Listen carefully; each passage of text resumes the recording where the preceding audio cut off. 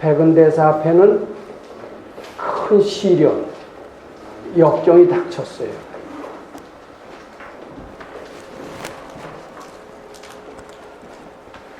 우리 같으면 도저히 감당할 수 없는 대단한 시련과 역경이 닥쳤는데 백은대사는 우리와 한 가지 틀린 점이 있었습니다. 그런 시련과 역경을 누구 탓으로 돌리지 않고 자기 마음이 불러온 곳으로 그렇게 알아차렸습니다. 알아차려서 남이 탓하지 않고 내가 불러온 곳이다. 내 책임이다. 이렇게 생각하게 됐습니다. 내가 불러온 거고 내 책임이다라고 할 때라야만이 깨칠 수가 있습니다. 내 책임이 아니고 내 탓이 아니다라고 하면 영원히 그 시련의 뜻을 깨칠 수가 없고 시련의 뜻을 깨치지 못함으로써 역경이 순경과 둘이 아니라는 불의의 진리를 깨칠 수가 없습니다. 그리고 일체유심조라는 장벽을 못 넘음으로써 금강경에서 말씀하신 항복기심이 되지를 못했던 겁니다. 금강경은 항복기심하는 방법입니다. 항복기심하는 방법은 역경이 왔을 때, 시련이 왔을 때 그것을 내 마음으로 알고 심지어는 내 책임으로 알고 회피하거나 원망하지 않고 부지런히 그것이 착각으로 알 때까지 바친 겁니다. 자꾸 바치다 보면 역경이 아닌 걸 알게 되고 역경이 착각으로 알게 됨으로써부터 역경에서 벗어나게 되는 겁니다. 그 결과 일체유심조와 공의 진리를 깨침으로써 성인의 반열에 들어가게 되는 겁니다. 저는 이 이야기를 들으면서 참 대단하신 분이다라고 느끼면서 그런 시련은 나한테는 난 못할 것이다 이렇게 생각하고 더 부끄럽게도 그런 시련은 나한테 오지 말았으면 했습니다. 그런 시련이 오면 감당할 수 없는데 나한테 그런 시련은 제발 오지 말았으면 이런 생각까지 했었습니다. 근데 결국 그런 시련은 오지는 않았어요. 근데 비슷한 건 오더라고요. 근데 나중에 들은 이야기입니다만은 감당할 수 없는 것은 그게 떨어지지 않는다는 겁니다. 즉 백은대사한테 이런 시련이 온 것은 백은대사가 감당할 수 있기 때문에 그한테 닥친 시련이다 이렇게 보면 됩니다. 자기 눈에 띄고 내 마음이다라고 알게 되고 내 책임이다라고 느끼면서 부지런히 바칠 수 있게 되는 백은대사의 정도가 됐을 때 그한테 그런 시련이 떨어지는 거예요. 자기가 감당할 수 없는 일은 눈에 띄질 않죠. 띄어도 그런 시련이 와도 못 봅니다. 감당할 수가 없으니까. 그리고 슬쩍 지나가 버리고 그냥 재앙 속에서 나는 사라지고 말 겁니다. 자, 그런데 저는 백은대사와 같은 이런 큰 시련은 당하지 않았습니다만 비슷한 시련을 당했던 적이 있고요. 이 시련의 이야기를 꼭 말씀드리는 것이 좋을 것 같았습니다. 즉 이제 이것은 백은대사의 시련의 이야기인데 제 시련은 좀 약간 틀립니다. 저는 이 시련을 겪고 나서 무엇을 아주 절감해냈냐면 꼭 수도장에는 선지식이 필요하다. 이것을 아주 절감하게 됐습니다. 공부는 혼자서 못합니다. 반드시 선지식이 있어야 됩니다. 선지식의 선혼용, 선부척이 없어서는 즐거운 일체 유심전화 공을 절대로 깨칠 수가 없다라는 것을 실감을 했습니다.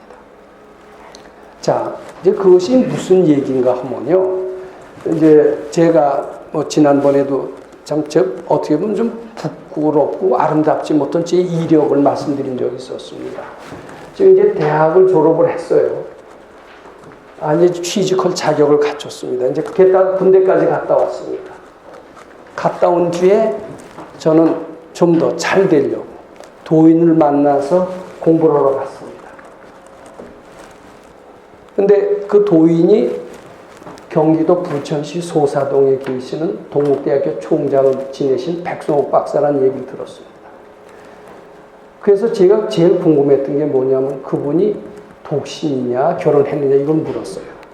이제 저는 판단의 기준이 있습니다. 누구하고 살고 처자식이 있는 사람이라면 처자식을 벌어먹이기 위해서 어떻게 공부에 전념할 수가 있을까? 처자식이 있는 사람이라면 이것은 그거 하나만 보더라도 도인의 반열에서는 멀어졌다. 이렇게 생각을 했습니다. 그런데 이제 그 백 박사님 제자 중에 한 사람, 미리 들어와 있었던 이제 선배죠. 선배가 그분은 청정 비구여 독신이라고 얘기를 하더라고요. 역시 그렇지. 청정 비구야 독신이라야 도인이 될 것이다. 이제 그 믿음을 갖고 저는 출가했습니다. 거기에는 아무도 여자의 그림자를 볼 수가 없었습니다. 근데 가끔 가다가 상당히 젊은 여자가 들락날락하고 하는 것이 눈에 또 띄었던 적이 있습니다. 그래서 웬 여자인가 보다. 저 여자는 누구냐고 그랬더니 동국대학교 백 박사님 총장하실 때 타이피스트였던 여자인데 뭐 신심이 있어서 계속해서 따라왔다라는 이야기입니다.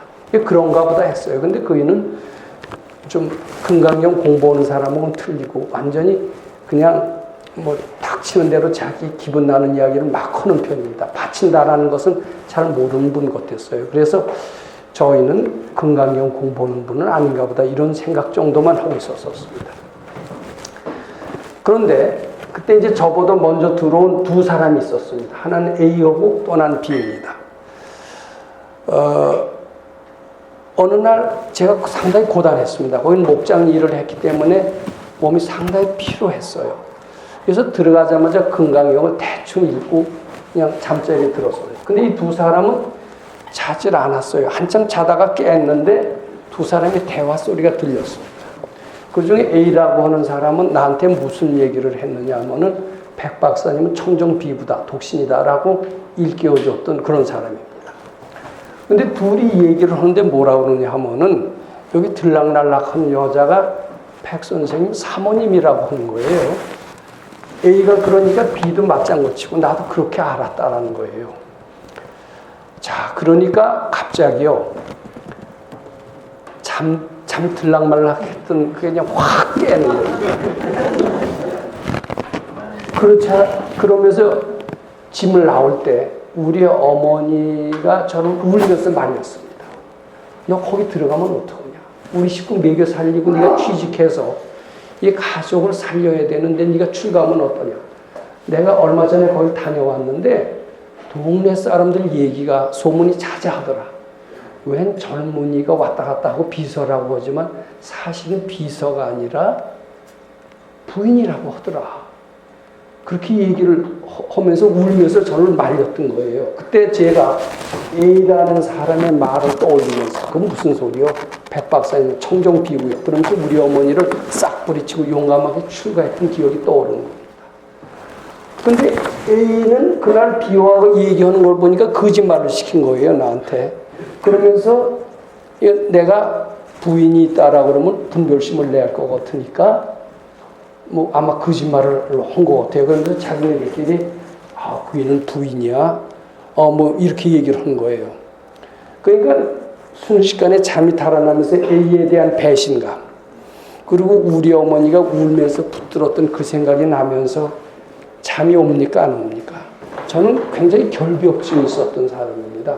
어떻게 남녀간에 애욕이 있는 사람이 도인이 될 수 있을까? 그건 도인하고는 한참 먼 사람이다.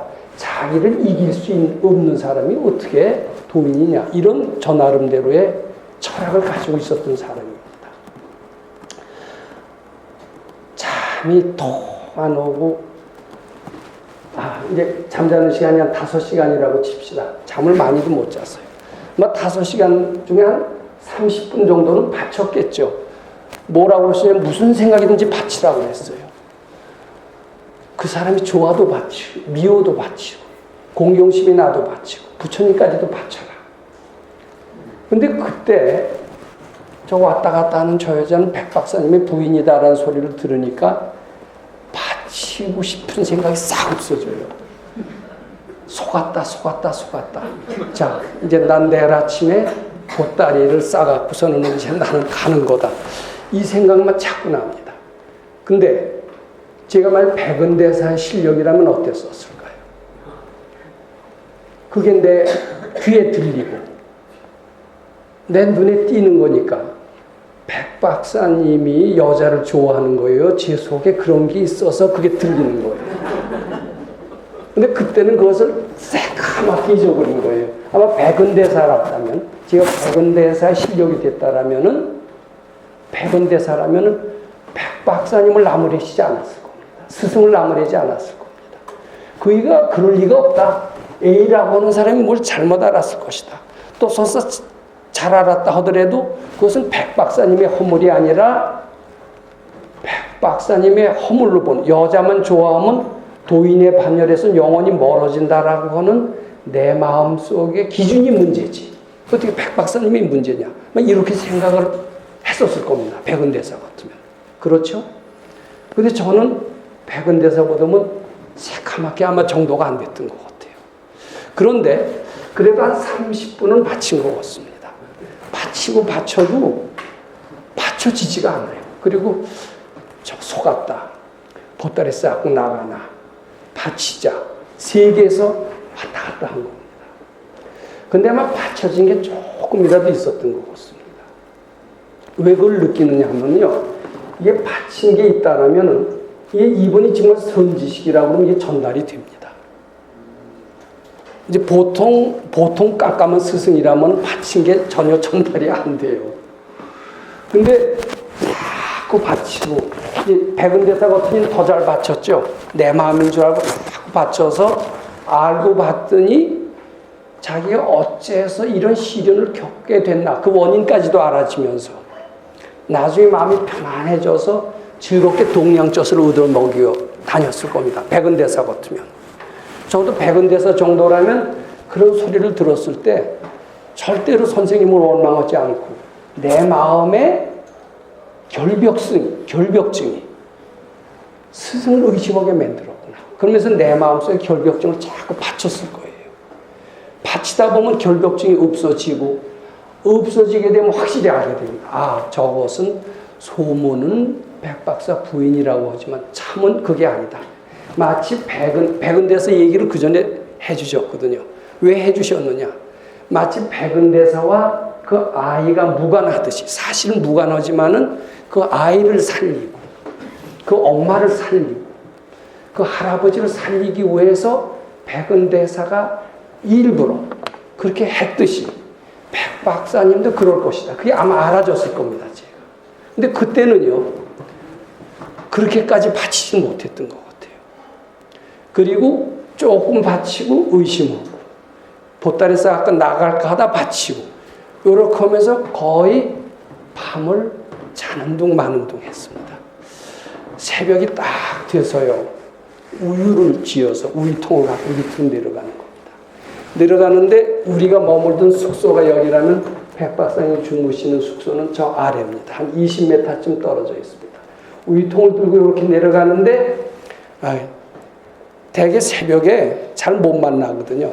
만나지 말았으면 했어요. 만나질 않는 게 아니라 백 박사님이 싹 나타나는데 혼자만 나타나는 게 아니라 그 옆에 비서라는 이하고 나란히 같이 나타나요. 절도 올 것 같더라고요. 절도. 에이, 지저분한 것. 지 입에서 저절로 튀어. 정말 아찔하던데요. 지금 어때요? 이게 제대로 된 겁니까? 근데 세상은 다 이런 식이에요. 안 그렇습니까? 근데 백은대사 같이 돼. 그게 내 마음이다. 왜 지저분해요? 지저분한 게 저입니까? 사고방식입니까? 제 사고방식이거든요. 이거 꼭 교훈으로 들으셔야 됩니다. 제가 이거 뼈저는 경험을 했기 때문에 말씀드리는 겁니다. 지저분한 것 소리가 저절로 나오면서 외면하고 싶더라고요. 근데 20m 되는 데서 큰 소리로 그러시더라고요. 이 사람 어쩌냐게 큰일 치렀네 그래요. 어쩌냐게 큰일 치렀대요. 여기서 그래요. 어쩌냐게 큰일 치렀대. 어쩌냐게 무슨 일이 있었는 걸 아시나? 이 생각이 딱 들던데요. 근데 그게 보통 사람이 될까요? 그러면서 이분은 뭐 아시는구나.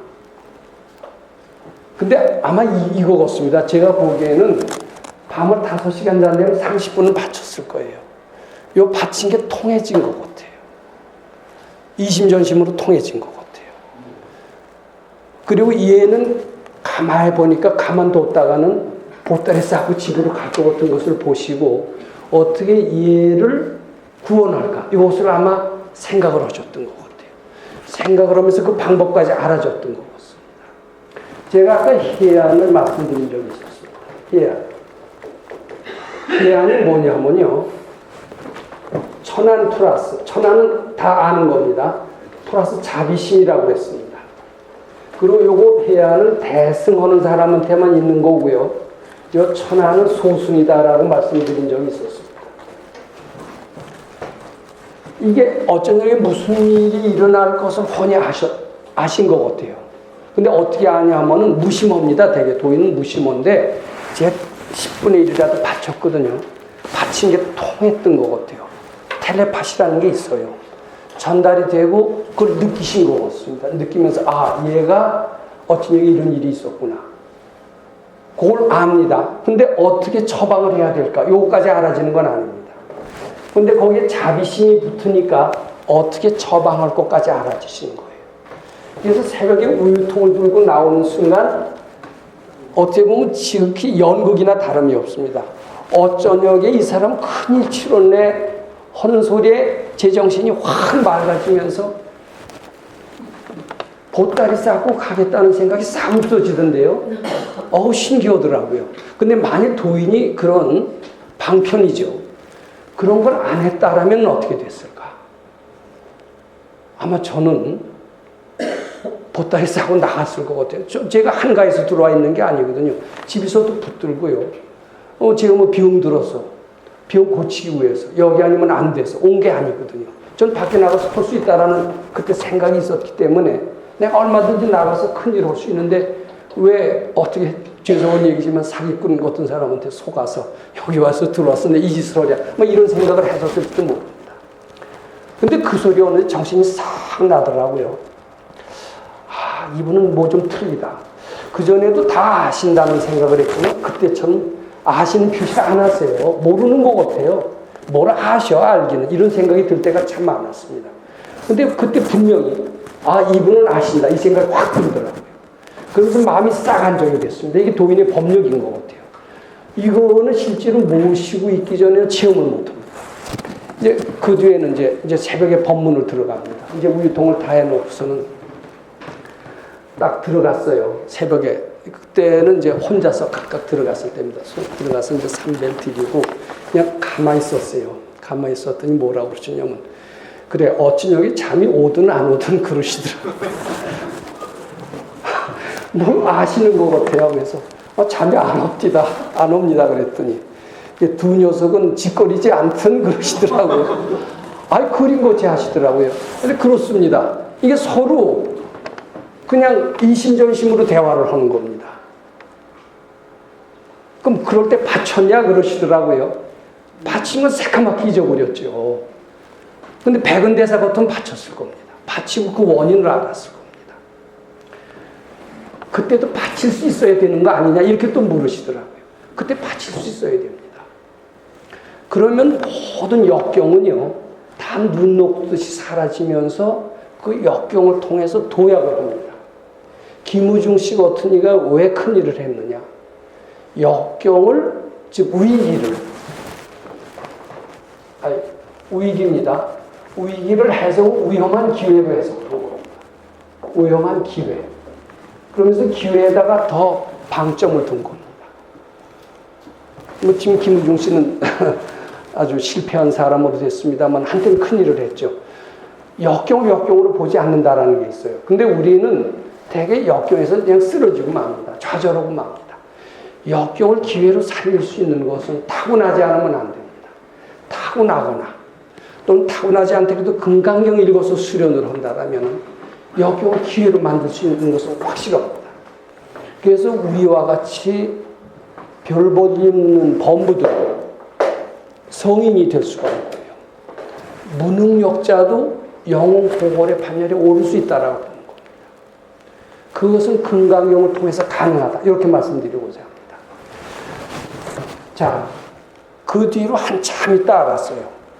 실제로 A와 B가 부인이라고 알았던 것은 상당히 잘못된 것이었고 역시 백은대사처럼 올 때 갈 데 없는 그 일을 그냥 살려주기 위해서 일부러 남편 노릇 하셨다라는 이야기를 들었습니다. 그 뒤로 어때요? 더 신심이 나는 겁니다. 그러면서 해안이라는 게 뭐냐? 사람이 닦으면은 아는 능력이 생긴다. 아는 능력을 인정을 안 합니다. 요새 과학이 발달한 세대에 뭐 원자탄이 있고 뭐 요새 과학이 얼마나 발달합니까? 이제 앞으로는요, 과학이 얼마나 발달하냐면요, 투명 옷이라는 게 생긴대요. 투명 옷. 그래서 그 옷을 싹 입으면요, 안 보여요. 예전에 은신술이라는 게 있었습니다. 용수보살이 은신술 하다가 임금 궁녀들을 갖다 겁탈하다가 아주 죽을 뻔한 적이 있었습니다. 근데 요새는 그 은신술은 어떤 이상한 술수입니다. 근데 요새는 과학이 발달해서 투명, 공기와 굴절률이 똑같은 재료를 개발해서 입으면은 보이지 않게 된대요. 이런 과학 만능의 시대입니다. 과학 만능의 시대에 무슨 다른 사람의 마음을 아느냐. 이제 사람들은 안 믿습니다. 근데 나중에 이제 제가 조금 공부를 하고 보니까요, 과학을 잘하려도요, 건강경을 해야 되겠더라고요. 앞으로 건강경 연수원은 저는 희망하지만 제가 못하더라도 언젠간 생길 겁니다. 그 생겨야 또 돼요. 그래야 또 한국이 1등 국가가 됩니다. 일체유심조라는 장벽을 넘으면요, 범부가 성인이 되고요, 보통 사람이 영호호골이 되고요, 가난한 사람이 부자가 되고요, 둔재가 천재가 될 수가 있습니다. 그것은 오로지 건강경을 통해서, 항복기심을 통해서 일체유심조를 깨침으로써 가능하다. 저는 이 말씀 드리고자 합니다. 그것은 오늘 해안에 대한 설명이고, 그럼 그분은 어떻게 아시느냐? 백 박사님은 어떻게 아시느냐? 혼이 아셨느냐? 그것은 자꾸 바치다 보니까 모른다는 생각이 많이 듭니다. 모른다는 생각을 자꾸 바치다 보니까 그냥 알아진다는 겁니다. 그건 백 박사님만 알아지는 게 아니라 우리도 알아진다는 겁니다. 아까 말씀을 드린 적이 있습니다. 시계가 없습니다. 지금 몇 시인가?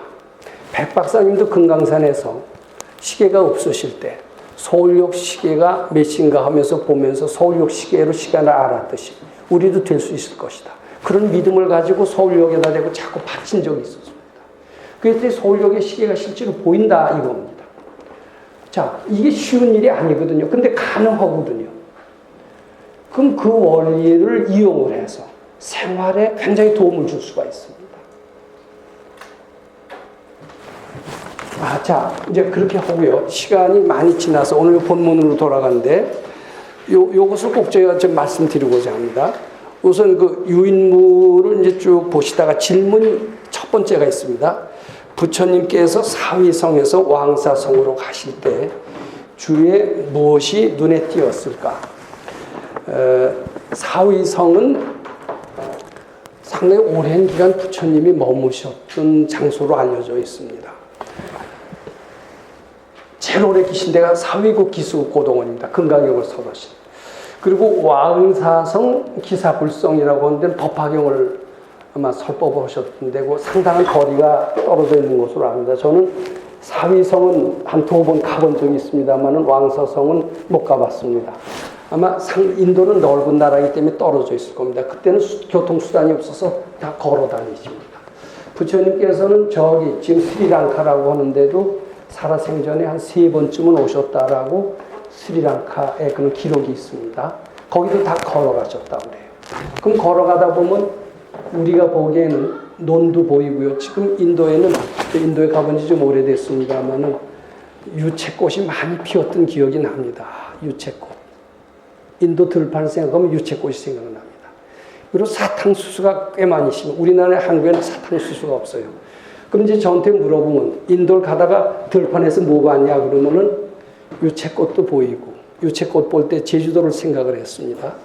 사탕수수를 보면서 야, 어렸을 때 남의 집 가서 6.25 때 배고플 때 몰래 꺾어서 입에서 먹던 그 생각이 났습니다. 실제로 거기서 어떤 스님하고 같이 인도를 갔는데 사탕수수 맛집 뭐라 그러면서 사탕수수 딱 잘라서 저희한테 준 적이 있습니다. 그러면 전 지금 인도를 생각할 때 두 가지가 생각이 납니다. 하나는 유채꽃과 사탕수수가 생각이 납니다. 이제 그런 얘기를 똑같이 부처님께 질문했다라고 생각을 해보십시오. 그 말씀 드리기 전에 왜 유채꽃과 사탕수수가 저는 생각이 날까? 인도에서 유채꽃 보기 전에 제주도에서 유채꽃을 많이 봤습니다. 참 아름답다라고 생각했습니다. 제주도에서 유채꽃이 아름답다라는 그런 생각이 없었다면 인도 유채꽃은 아마 생각이 안 났을 겁니다. 그리고 6.25 때인가 이런 옥수수 때를 꺾어서 달게 먹었던 그런 기억이 없었다면 거의 사탕수수 생각은 아마 안 났을 겁니다. 하여튼 저는 인도를 다니면서 뭘 봤냐라고 물으면은 유채꽃과 사탕수수 얘기를 합니다. 근데 지금 생각해보니까 제 마음속에 있기 때문에 그게 눈에 들어오는 겁니다. 제 마음에 없으면은 안 보입니다. 자, 그러면은 제 마음에 있다라는 것은 분별이 있다라는 뜻입니다. 분별이 제 마음에 있는 것만 보입니다. 그럼 부처님처럼 분별이 하나도 없으신 분입니다. 일체 분별이 없으신 분이에요. 그런 분이 사위성에서 왕사상까지 걸어가십니다. 그때도 막 유채가 있었고 사탕수수가 있었을지도 모릅니다. 부처님께 묻습니다. 가시는 동안에 뭘 보셨습니까? 뭘 보셨다 그러면 부처예요, 중생이에요? 뭐 보셨다. 유채꽃이 참 만발해 있는 것을 인상 깊게 봤다. 이렇게 얘기하는 순간 그것은 부처님 반열에서 떨어지는 겁니다. 아무것도 안 봤다 그러면 장님이 되고 마는 겁니다. 부처님 대답하시기 아주 곤란하실 겁니다. 근데 부처님 눈에 뭐가 띌 리가 없어요. 띄었다라면 분별을 일으켰다라는 뜻이고 부처님 마음이라는 뜻이고 그것은 부처가 아니라는 뜻입니다. 부처가 어떤 분입니까? 최우신이라는 이야기입니다. 이 얘기를 제가 좀 강조하고 싶어요. 최우신. 이제 더 이상 몸을 받지 않는다는 겁니다. 근데 이런 경우를 제가 생각합니다. 이제 도인이 있고요. 이걸 이제 보통 보살이라고 합니다. 그리고 이제 보살이 자꾸 닦으면 나중에 부처가 됩니다. 보살이 부처가 될 때까지는 몸을 받아요. 몸을 받죠. 이것을 윤회라고 합니다. 근데 부처가 되는 몸 최우신이 돼서 더 이상 몸을 안 받는다고 우리 그렇게 알려져 있죠. 자, 요 도인을 보통 달마대사를 얘기한다라고 칩시다. 달마대사에 이런 일화가 있습니다. 중국의 양무제하고 대환 이야기를 우리는 다 기억합니다. 양무제는 중국 역사상 가장 불교를 크게 일으켰던 임금 중에 하나입니다. 달마대사를 불렀어요. 인도에서 오신 도인이라고 그러니까 내가 절을 많이 짓고 경을 많이 짓고 수많은 스님들을 키워냈는데 공덕이 얼마 되는가 이렇게 물었어요. 그랬더니 달마대사가 공덕이 하나도 없다. 무라고 그랬습니다. 말하자면 양무제를 무참하게 만든 겁니다. 양무제는 두고두고 기분이 나빴습니다. 저 진짜 중 아니다. 옆에서 다 말렸습니다. 저는 도인입니다. 그래도 안 믿었어요. 임금의 고집이 센 겁니다. 그 일을 이제 나중에 죽이려고 마음을 먹습니다. 그런데 보통 사람 같으면 죽이려고 마음을 먹었을 때 저 사람이 날 죽일지 안 죽일지 알 수가 없어요. 깜깜하니까요. 근데 도인을 죽이려고 마음을 먹었을 때 도인이 그걸 알아채릴까요? 못 알아채릴까요? 못 알아채린다면 도인 아닙니다. 제가 밤중에 두 사람이 짓거리고 그때 바쳤습니다. 바치니까 그게 전달이 됐던 것 같아요. 그 이튿날 새벽에 저를 구원의 메시지를 보내주셨습니다. 마찬가지로 양무제가 죽이려고 마음을 먹었어요. 죽이려고 딱 마음을 먹으니까 달마대사는 아는 겁니다. 저 사람이 나를 죽이겠다. 이게 알아져요. 근데 왜 알아지느냐? 도인이니까 알아지지 이렇게 얘기를 하실 겁니다. 도인이니까 알아지지. 도인이니까 알아지는 게 아닙니다. 누구나 다 알 수 있어요. 꼭 도인이니까 알아지는 건 아닙니다. 왜 알아지느냐 하면 아직 생명의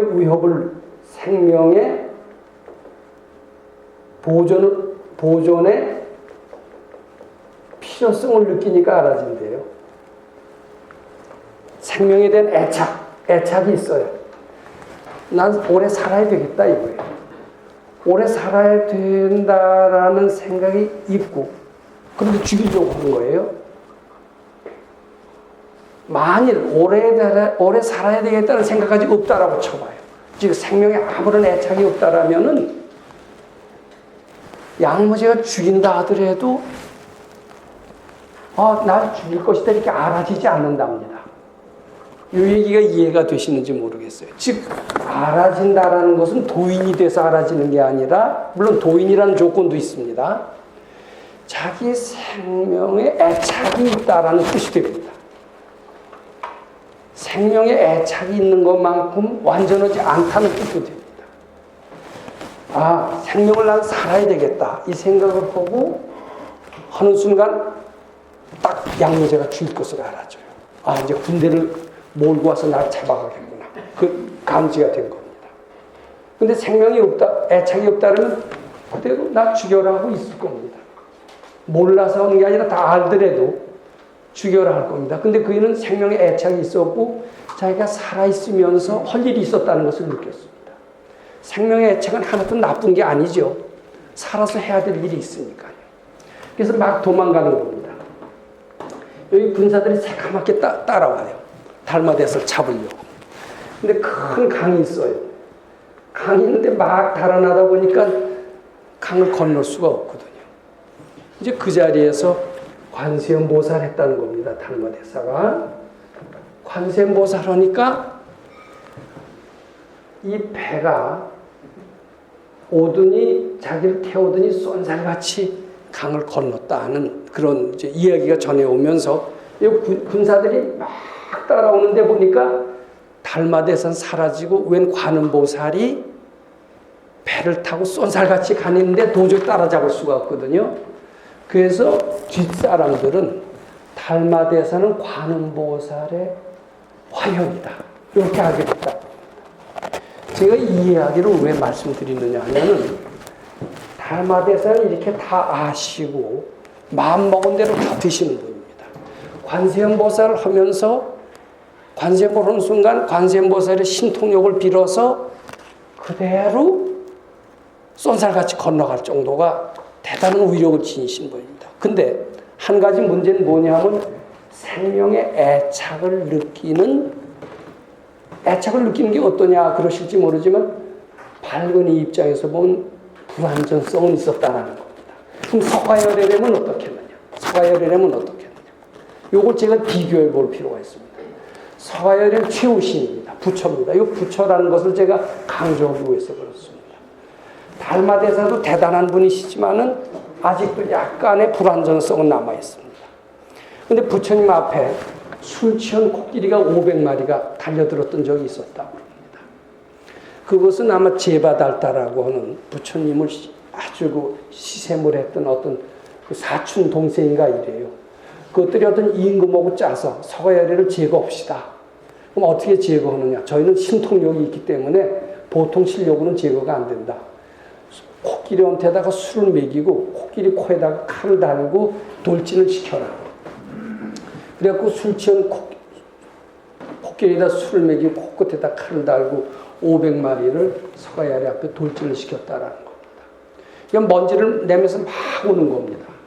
막 오니까 1250인 그 비구들이 다 도망을 갔다고 그래요. 근데 그 중에 이제 아나율이라고 하는 이제 장님이 있습니다. 그이는 코끼리가 오는 걸 못 보니까 도망가지 못하고 가만히 보니까 부처님은 도망가지도 않고 가만히 계시거든요. 어떡하나 하고 구경을 했답니다. 코끼리 500마리가 다 달려오는데 부처님은 이게 두 손을 들고 계시더랍니다. 이렇게 딱. 근데 이제 이거 백박사님한테 들은 얘기인데 이 두 손 드는 게 무슨 뜻이냐 이렇게 물으세요. 저는 모르겠습니다. 이렇게 대답을 했습니다. 이게 마음대로 하라는 겁니다. 내가 죽어서 또다시 태어날 인연이 있다라면 이게 도망간다라고 치면 이것은 생명에 대한 애착이 있는 겁니까? 없는 겁니까? 생명에 대한 애착의 마음을 내면은 그 그것을 해탈하는 시간이 또 필요해요. 해탈하는 동안은 아직은 중생으로 머물러야 된대요. 몇 생을 더 받아야 된대요. 근데 마음대로 해라 하면서 도망가는 마음을 내지 않는다라면 더 이상 분별이 멈추는 겁니다. 마음대로 하라 그러니까 열송꾸락에서 밝은 광명이 나오면서 열송꾸락에서 황금 사자가 나왔다라는 이야기입니다. 근데 성인 코끼리는 사자를 두려워하지 않습니다. 근데 새끼 코끼리는 사자한테 먹힙니다. 사자의 울음소리를 두려워합니다. 근데 열손에서 황금 사자가 나와서 큰 소리로 울어제키니까 500마리 코끼리가 거기서 완전히 무릎을 꿇고 더 이상 진전을 멈췄다는 얘기가 있습니다. 근데 그것은 많은 사람들이 보기에 부처님의 신통력이라고 그렇게 생각을 합니다. 근데 부처님이 신통력이 아니래요. 도망가고 싶은 생각까지도 없었던 거예요. 생명의 애착까지도 없었던 거예요. 마음대로 해봐라. 내가 또다시 몸을 받을 원인이 있다면 나는 분노에 원망을 하면서 죽을 것이다. 근데 다시 몸을 받을 원인이 없다라면, 즉 모든 분별을 다 해탈했다라면은 너희들이 코끼리가 나를 해칠 수 없을 것이다. 뭐 이런 자세가 두 손을 드는 것이다라고 그 얘기를 들었습니다. 그러니까 더 이상 몸을 받을 인연이 없는 부처님 앞에 코끼리가 감히 해칠 수가 없었다는 이야기입니다. 즉 제가 여기서 말씀드리고자 하는 것은 달마대사와 부처님과를 좀 비교하고자 합니다. 사실은 이런 큰 성인들을 참 비교하는 것 자체가 굉장히 죄송스럽고 무엄한 겁니다. 근데 요 금강경을 해석하기 위해서는 요런 비유는 꼭 필요하다라고 좀 말씀드리고자 합니다. 즉 부처님은 아무런 분별이 없으세요. 최후신이에요. 그대로. 살겠다는 생각조차도 없다라는 겁니다. 분별이 없는 분한테서 뭐가 보이는 게 있겠습니까? 보이는 건 지 마음이기 때문입니다. 근데 무슨 생각이 탁 지나갈 수가 있어요. 그것은 어떠냐면 저희처럼요. 제가 밤에 잠이 안 오는 겁니다. 5시간을 자는데 한 30분은 받쳤어요. 이게 전달이 되는 겁니다. 근데 가끔요, 부처님 앞에도 어떤 뭐가 딱 뜨이는 수가 있대요. 딱 뜨이는 것은 중생이 간절히 원할 때, 도와줘야 되겠구나 하는 것을 알아차리게끔 뜨인답니다. 뜨이면서 최후신으로 나중에 가서 도와주는 수가 아마 있게 되는 거고, 그런 경우가 아니라면, 그것도 인연이 있는 중생들이 간곡히 기원했을 때 부처님 마음속에도 아무 분별이 없지만 제도해야 될 인연 중생을 위해서 그게 눈앞에 나타남으로써 행위를 함으로써 제도를 시킨다. 저는 이렇게 이해하고 있습니다. 그런 특별한 일이 없는 한은 부처님은 그냥 정 속에 계시는, 걸어가더라도 뭐 기웃기웃하지도 않을 뿐만 아니라 눈에 들어오는 것도 없고 조용히 간다. 이런 말씀을 드리는 겁니다. 그래서 제가 부처님께서 사위성에서 왕사성으로 가실 때 주에 무엇이 눈에 띄었을까? 눈은 있으시지만 보이는 게 없어요. 보이는 게 있기 때문에 분별이 있는 겁니다. 왜냐하면 부처님은 최후신이기 때문입니다. 근데 어쩌다 눈에 띄는 것이 있다라면은 그것은 중생의 간절한 부름 때문에, 제가 소사에서 다만 30분이라도 빌었기 때문에, 그것이 도인의 마음에 꽂혔기 때문에 도인이 도와줄 수 있듯이, 그런 경우라면은 그런 느낌이 부처님 앞에 전달이 될 수는 있을지 몰라도, 그렇지 않은 경우는 가시지고 눈은 있지만은 보이지 않는다라는 겁니다. 근데 여기서 또 말씀드립니다만, 부처님은 유관도 있으시고요, 천안도 있으시고요, 또 해안도 있으시고요, 법안도 있으시고 불안도 있으시다라고 그럽니다. 근데 분별이 없으시기 때문에 천안으로 뭘 볼 일이 없어요. 있기는 있지만 하나도 쓸 일이 없다라는 겁니다. 해안도 쓸 일이 없어요.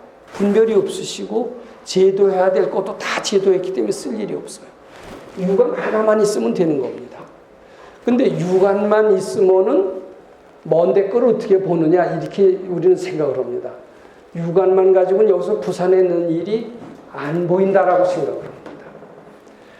그런데 발근이의 육안만 가져도 부산도 보고요. 다 된대요. 천안은 있을 필요조차도 없다라고 그러는 겁니다. 그것은 왜냐하면요. 이런 말이 있습니다. 심의 무거 마음 바깥에 아무것도 없다라는 그런 선가의 이야기가 있습니다. 이것은 말하자면 일체 유심조나 똑같습니다. 또 유심무경이나 똑같습니다. 근데 요거와 같은 말이 뭐냐면 법의 무심입니다. 요것도 참선 오신 분들이 종종 이런 얘기. 이런 현상만 있다면 다 된다라는 겁니다. 이런 이야기를 우리는 삼국지를 통해서 읽었습니다. 하늘의 비율을 보고요. 천문을 보고 운명을 안다라는 얘기가 있습니다. 실제로 요새도요. 하늘의 비율자를 보면서 국가의 운명을 알고 사람의 운명을 아는 사람이 요새도 있다라고 합니다. 특히 삼국지 같은 데를 보면 군인들이 행진을 합니다. 부터 깃발이 탁 꺾여요. 꺾이면 거기 대장이 합니다. 오늘 저녁에 적군이 우리 진영을 쳐들어올 것이다. 겁체를 할 것이다. 삼국지를 읽으신 분들은 그런 표현을 기억하실 겁니다. 즉 자연에서 나타나는 현상은 그대로 미래를 그대로 얘기한다라는 겁니다. 자연의 모습만 보면은 다 안다라는 거예요. 뭐 받치고 자시고 할 필요가 없다라는 겁니다. 우리는 왜 그런가 하고 받쳐서 그 해답을 알 수 있다라는 말씀을 제가 드린 적이 있었습니다. 근데 발근이는요, 받칠 필요도 없어요. 바로 법의 무심이다. 이 자연만 잘 관찰만 하면 거기서 해답이 다 나온다라는 겁니다. 육안만 있어도 다 된다라는 이야기입니다. 이제 보통 사람은 천안이 있고 해안이 있어야 미래도 알고 그러지만 그냥 발근이들은 뷰를 보고 날씨를 보고 자연을 보면 그대로 다 안다라는 거예요. 더 알려고 할 필요도 없고 거기에 해답이 다 나온다라는 이야기입니다. 그래서 아마 여기 질 나중에 보시면요. 질 밑에서 두 번째 불안, 중생을 제도하는 능력에 눈 그래 놓고선 유관 가로쳐 놓고 법의 무심이라고 했어요. 요 유관은 부처님의 유관을 얘기합니다. 부처님은 유관만 있어도 천안이 필요가 없어요. 마음속에 있는 것까지 훤히 알게 됩니다. 그 유관은 바로 천안이나 똑같습니다. 유관만 가지고 다 알고 유관만 있어도 바로 부산이 보이고 미국이 보이고 이렇게 되기 때문에 부처님의 경우는 유관이나 천안이나 똑같습니다. 천안은 운명을 아는 게 천안이고 자기의 잠재의식을 보는 게 천안이고 제7식을 보는 게 천안입니다. 일체 유심조를 깨치면 천안이 트입니다. 근데 또 부처님의 경우는 천안이나 해안이나 똑같습니다. 또 법안과도 똑같고 심지어는 불안과도 다 똑같다라는 이제 그런 것을 우리가 여기서 이해하는 것이 좋고요. 그럼 어떻게 이렇게 다 알게 되느냐? 아까도 말씀을 드렸습니다만은 아이고 열애설 제심이 개의 비심일세 심용의심이니라. 이제 그 표현을 제가 이렇게 설명을 했습니다. 마음속에 우리는 모른다는 생각이 참 많습니다. 예를 들어서 수학 문제를 푼다 하더라도요. 중학생 때가 돼서 어려운 수학 문제를 푸는 수가 있습니다. 아무리 생각해도 모릅니다. 근데 알려고 한번 시도를 해보죠. 근데 우리는 어떻게 모르는 걸 알려고 한다고 알아지느냐 이런 생각을 할 수가 있습니다. 근데 이상하게요. 우리 속에 마음속에는 아는 능력이 있나 봐요. 알려고만 알아줘요. 1시간 걸쳐도 모르겠다. 그럼 하루 종일을 생각해봐라. 하루 종일에 풀리는 수가 있습니다. 하루 종일 안 되면 한 달 걸려서 풀어봐라. 한 달 걸려서 알아지는 문제가 있습니다. 어떤 사람은 6개월 만에 푼 사람도 있습니다.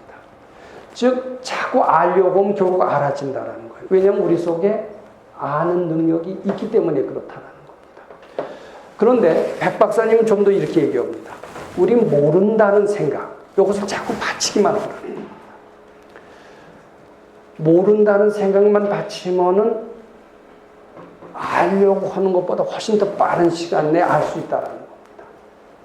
바로 금강경의 열애설 제심이 개의 비심제 심용의심 하는 것도 그것을 제가 모른다는 생각을 자꾸 바치기만 하면, 그것을 색종이면, 붉은 색종이만 치워버리기만 한다면, 이렇게 해석을 했습니다. 그러면 다 안다라는 거예요. 천안도 열리고요, 해안도 열리고요, 법안도 열리고요, 불안도 열릴 뿐만 아니라 수많은 국토의 약간 중심까지도 다 안다라는 겁니다. 우리도 모른다는 생각을 바치기만 하면은 다 할 수 있다. 이런 희망의 메시지를 주시기 위해서 이 18분을 설한 것이다라고 생각을 합니다. 근데 요새는요, 이 부처님의 가르침을 실제로 응용하는 사람들이 많이 등장했습니다. 제가 여기에서 한때는 베스트셀러가 됐던 몰입의 저자 황농문 박사의 이야기를 몇 번 말씀드린 적이 있습니다. 그건 굉장히 난제를 자나깨나 생각하는 겁니다. 자나깨나 생각하면 결국 알아졌다는 거예요. 마치 간화선 하는 사람이 화두 참고하듯이 자나깨나 생각을 하면 알아진다는 겁니다. 그래서 자기는 몇십 년 된 그런 수많은 과학자들이 풀지 못했던 난제를 다 풀었다라는 이야기를 하면서 자기의 몰입교육법, 그것을 간화선 교육법이라고 얘기를 했고, 간화선 교육법을 이런 교육에 적용시키면 세계 최고의 경쟁력을 얻는다라고 그의 저술에 나와 있습니다. 저는 외람스럽게 한술 더 뜹니다. 자나깨나 생각하는 것보다 더 좋게, 더 빠른 방법으로 아는 방법이 있다라고 말씀드립니다. 뭐냐 하면은 모른다는 생각을 자꾸 한번 맞춰보자라는 겁니다. 저도 한번 그랬던 적이 있습니다. 논문도 좀 써본 적이 있습니다. 안 풀립니다. 아무리 생각해도 안 풀립니다. 포기하고 싶어요. 근데 그때 포기하시지 마세요. 자기한테 떨어진 것은, 풀 수 없는 것은 떨어지지 않습니다. 떨어진 것을 풀 수 있게끔 되어 있습니다. 그 말을 믿으시고 한번 자꾸 받쳐보세요. 그러면 꿈에라도 알아지던데요. 이 꿈에 알아져서 노벨상 받은 사람이 굉장히 많더라고요. 알고 봤더니. 근데 이 근간경 교육법을요, 우리 실생활에 도입을 해야 됩니다. 도입을 하라고 하시면서 부처님께서 근간경을 설하셨던 거예요. 근데 요새는 스님들의 전유물이 돼서 참선하고 도통하는 데만 활용을 하시지 일상생활에 활용하시는 분이 아직 덜 나타나시고 있습니다. 근데 저는 다행히 이런 도인의 밑에서 몇 년을 공부한 결과, 저는 도인처럼 되지는 못했습니다만 실생활에 적용해서 우리가 행복해지고 유능해지고 지혜로워지고 나아가서는 밝아질 수 있다는 가능성만은 좀 알았던 것 같습니다. 특히 모르는 것이 다 없다, 다 할 수가 있다, 불안까지 갖출 수가 있다, 수많은 국토 약간 정신까지도 다 할 수 있다, 너희들은 바로 부처의 능력을 갖출 수 있다. 이것이 18분이 주는, 부처님이 주시는 아주 귀중한 메시지라고 생각을 하고, 그것의 일부라도 우리가 적용을 해서 아주 밝은 삶, 부처님과 같은 삶을 살아라. 이렇게 부처님께서는 말씀하고 계시나 이렇게 생각합니다. 오늘 18분 말씀 여기서 마치겠습니다.